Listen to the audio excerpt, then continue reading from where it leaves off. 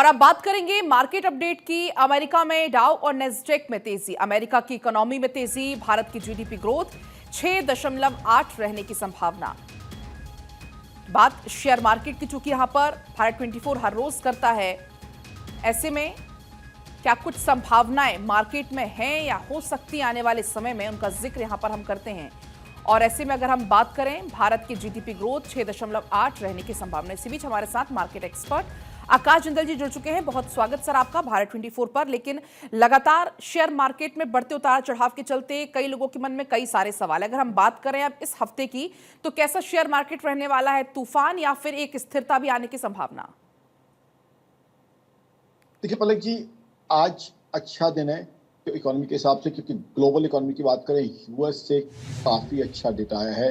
Retail sales का data US से काफी अच्छा आया है, जो कि बता रहा है कि यूएस की इकोनॉमी में अभी भी जान है। और यूएस की इकोनॉमी हमारे दर्शक भी जानते हैं, क्योंकि दुनिया की सबसे बड़ी इकोनॉमी है, तो उससे ग्लोबल मार्केट्स में ऑप्टिमिज्म आती है, ग्लोबल इकोनॉमी में ऑप्टिमिज्म आती है।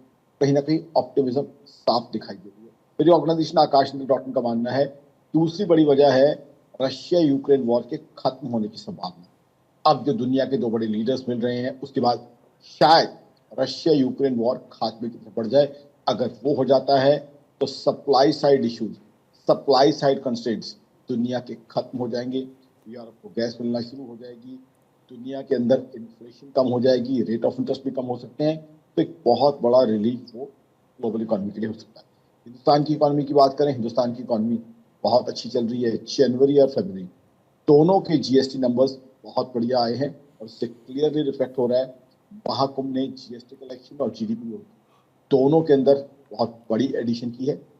साथ ही साथ क्या है, अब जो इन्फ्लेशन में रिलीफ मिला है हिंदुस्तान में, उसकी वजह से बाइंग और कंजम्पशन बढ़ने और इंटरेस्ट रेट, मेरी ऑर्गेनाइजेशन आकाश का फर्म बिलीव है कि 50 बेसिस पॉइंट इंटरेस्ट रेट का कट जो है अब पॉलिसी में आने की क्लियर कट संभावना लगती है।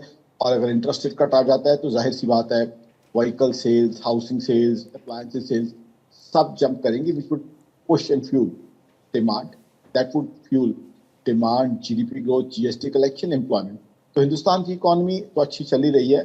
अब ग्लोबल इकोनॉमी जहां से नकारात्मक खबरें आ रही थी, अब जो है कुछ अच्छी खबरें आई हैं। लेकिन दर्शकों को यहाँ क्वेश्चन कर दूं, ये अभी शुरुआत है। अभी हम ये नहीं कह सकते कि कंक्लूसिवली ग्लोबल इकोनॉमी अच्छाई पॉजिटिविटी की तरफ बढ़ रही है।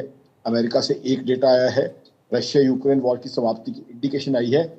अब दर्शकों को वॉचफुल रहना होगा, ग्लोबल इकोनॉमी से क्या न्यूज आते हैं। क्या रशिया यूक्रेन वॉर एक्चुअल खत्म हो पाती है? इजराइल का हमास के साथ जो दोबारा शुरू हुआ है, क्या वो समाप्त होता है, चलता है?